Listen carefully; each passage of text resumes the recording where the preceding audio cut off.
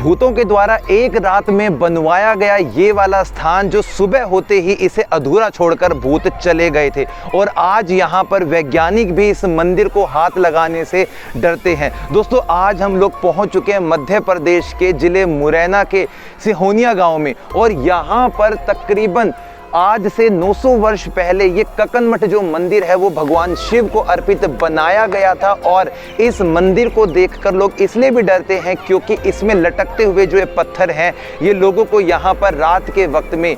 आने के लिए मना करते हैं, और ऐसा बताते हैं कि भूतों के द्वारा इस मंदिर की संरचना की गई थी। ये जो किंवदंतियां हैं इनका हम आज खुलासा भी करेंगे और इतिहास की सारी बातों को बताएंगे। देख सकते हैं कि एक प्लेटफॉर्म के ऊपर बना हुआ मंदिर का ये वाला जो स्थान है वो जगती से काफ़ी ऊपर शुरू हो रहा है, और इस मंदिर के अंदर एक इस प्रकार की कहानी भी है कि इसके पिलर को गिनना बहुत ही मुश्किल काम है। एक बार यहाँ पर सरकार ने हर एक पिलर के साथ में अपने एक सैनिक को खड़ा किया था, लेकिन फिर भी जो मंदिर की गिनती है कभी 50 आ रही थी तो कभी 55 आ रही थी। और दूसरी तरफ जब आप इस मंदिर की ऊपर वाली संरचना को देखेंगे तो आपको ये साफ तौर पर देखने को मिलेगा कि अधूरा रह गया था ये वाला स्थान। और ऐसा कहा जाता है इतिहासकारों की या स्थानीय निवासियों के द्वारा कि रात के समय में भूतों ने इस मंदिर को बनाना शुरू किया, और जैसे ही सुबह हुई यानी कि सूरज की रोशनी आई तो उस समय इस मंदिर को वो ऐसा ही छोड़कर चले गए थे। आप यहाँ पर इन पत्थरों की सिमेट्री से समझ सकते हैं, और लटकते हुए ये पत्थर यहाँ के उस इतिहास को बताते हैं। इतिहासकारों ने जब यहाँ पे सटीकता के साथ में इसका अध्ययन किया तो मालूम हुआ था कि 11वीं शताब्दी के समय में यहाँ के एक राजा हुआ करते थे जिनकी पत्नी का नाम था ककनावती, और उन्हीं के द्वारा या उन्हीं के नाम पर इस मंदिर का नाम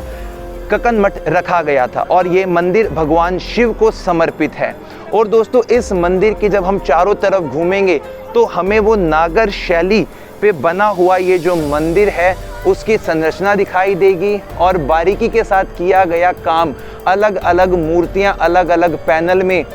दिखाई दे रही होंगी। और दोस्तों, यदि हम इस तरफ से देखते हैं तो इसके ऊपर के जो बाहर निकले हुए जो पत्थर हैं ये इस विज्ञान की गुत्थी को और भी ज़्यादा उलझा देते हैं और हमें सोचने पर मजबूर करते हैं कि ये मंदिर इस तरीके का क्यों बना है। क्योंकि इस मंदिर को जोड़ने के लिए ना तो किसी प्रकार के चूने प्लास्टर का इस्तेमाल किया गया है, ना ही किसी गारे का, सिर्फ और सिर्फ पत्थर के ऊपर पत्थर रखकर इस मंदिर की संरचना को बनाया गया है। तो इतिहासकार ऐसा भी बोलते हैं कि ये मंदिर जब बनकर तैयार हुआ होगा तो काफ़ी भव्य रहा होगा, लेकिन बाद के आक्रांताओं ने इस मंदिर को तोड़ दिया, और तोड़ने के बाद में इसके जो सारे पत्थर हैं वो आसपास के हिस्से में फेंक डाले थे। और जब समय के बदलाव पर नए शासक आए, नए लोगों के हाथ में सत्ता आई, तो उन्होंने इस मंदिर को इसी प्रकार से जचाकर रख दिया। यहाँ पर अलग अलग जो ये नंबर आप देख रहे हैं ये सारे पत्थर इसी पूरे परिसर में फैले हुए थे, लेकिन गवर्नमेंट ने जब इसको रिस्टोर किया तो उस रिस्टोरेशन में इस मंदिर के पत्थरों को इसी श्रृंखला में रख डाला। और आज के वक्त में ऐसा कहा जाता है कि वैज्ञानिक भी और सरकार भी अब इस मंदिर को हाथ नहीं लगाती है। अगर ये टूट गया तो हमारी जो ऐतिहासिक धरोहर की पहचान है वो बिल्कुल ख़त्म हो जाएगी। और इसी के साथ साथ में यदि हम इसकी कुछ और बातों को समझते हैं तो दोस्तों, इतने सैकड़ों वर्षों से ना जाने कितनी आंधी आई, तूफान आए, और उसके बावजूद भी ये वाला जो स्थान है वो नहीं टूटा, और ये ककनमठ का जो मंदिर है अपने उस इतिहास को आज भी उजागर करता है।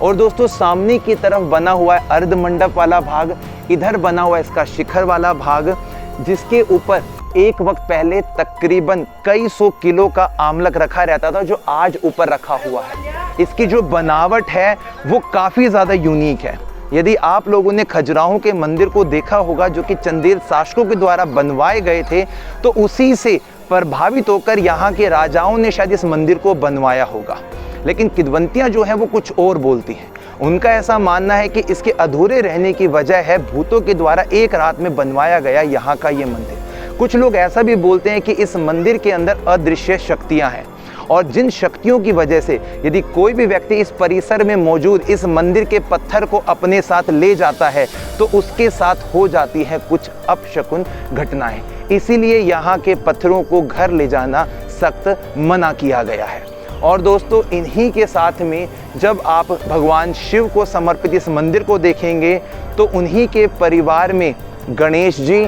कार्तिकेय, माँ पार्वती और अन्य देवी देवताओं की मूर्तियों का आकर्षण हमें यहाँ देखने को साफ तौर पर मिलेगा। और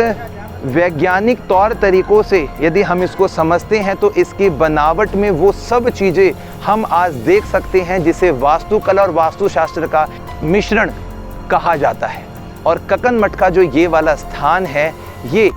आज के समय में भी बीहड़ में मौजूद है। तो इस मंदिर को लेकर एक प्रचलित बात ये भी कही जाती है कि इस प्रकार का जो पत्थर है वो आसपास के क्षेत्र में मौजूद नहीं है। तो ये पत्थर कितनी दूर से लाए गए होंगे? क्या कहीं पर पहले कुछ इस प्रकार का मंदिर तोड़ा गया होगा? क्या वहाँ के मंदिरों के उन पत्थरों को, पिलरों को यहाँ इस्तेमाल किया गया? या फिर किसी स्थान पर भूतों का एक डेरा होगा जो भगवान शिव के उस अघोर रूप को मानते होंगे, जिन्होंने इस मंदिर को बनाने का निर्णय एक रात में लिया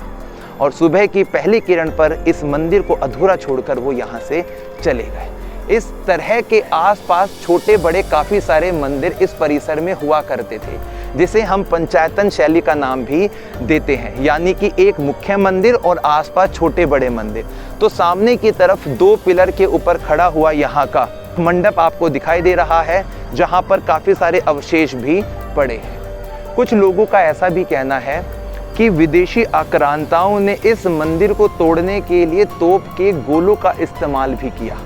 लेकिन वो इस मंदिर के बाल को भी बाका ना कर पाए। इसीलिए वो जो अद्भुत यहाँ की चमत्कारी शक्तियाँ हैं वो इस मंदिर को बचाती हैं, जिसके साथ में यहाँ से इसका जो पूरा व्यू है वो देख सकते हैं कि जगती से कितना ऊंचाई पे तकरीबन 100 फीट ऊंचा ये मंदिर बना हुआ है। कुछ चीज़ें अब हम इस मंदिर के अंदर वाले हिस्से की भी कैद करेंगे और आपके सामने पेश करेंगे। कक्कन मठ मंदिर के ऊपरी हिस्से में हम यहाँ पर देख रहे हैं कि पिलर के ऊपर इस मंदिर की स्थापना संरचना तैयार की गई थी और इनके पिलर के ऊपर भी काफ़ी बारीक जो काम है वो आपको देखने को मिलेगा और अंदर की जो खूबसूरती है वो इसके हर एक हिस्से पर देखने से ही बनती है। ऐसा लगता है कि जिस समय इन कारीगरों ने इस मंदिर को राजा के आदेश पर बनाया होगा ना, तो उन्होंने अपनी कला का निपुण इस्तेमाल किया होगा। यहाँ से देखेंगे तो ये मंदिर का अर्ध मंडप और मंडप के बीच वाला भाग है, जहाँ पर अक्सर लोग ध्यान के लिए बैठा करते थे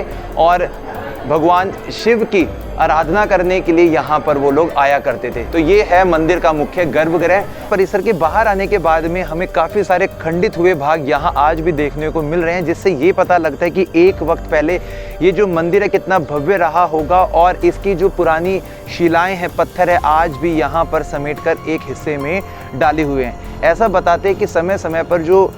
आकाश की बिजलियां जब इस स्थान पे पड़ी होंगी तो उसने भी इस मंदिर के काफ़ी भागों को तोड़ा है, या फिर आक्रांताओं ने इसको जानबूझकर इस हिस्से को तोड़ने की कोशिश करी है। अब हम दोस्तों इसके उस भाग पे जाएंगे जो कॉर्नर में एक छोटे सा आपको मंदिर का भाग दिखाई दे रहा है। ऐसा बताते हैं कि बहुत सारे जो मंदिर हैं वो तो यहाँ पे टूट गए, लेकिन कक्कन मठ का जो मेन मंदिर है ये नहीं टूटा, जिसके पीछे अद्भुत अलौकिक शक्तियों की कहानियों का जिक्र भी किया जाता है। और यहाँ पर लोग इस मंदिर को जब देखने के लिए आते हैं तो इस प्रकार के पत्थरों के घर बनाते हैं और ऐसा कहते हैं कि उनकी जो मन्नत है वो ऐसा करने से पूरी होती है। तो जब कभी भी आप मध्य प्रदेश के मुरैना वाले हिस्से में आते हैं तो यहाँ पर आसपास के हिस्से में काफ़ी सारे प्राचीन मंदिरों की श्रृंखला है, जिसमें से कक्कन मठ को आप ज़रूर देखिएगा, ताकि आप 11वीं शताब्दी के समय के कण्वराज जो राजा हैं और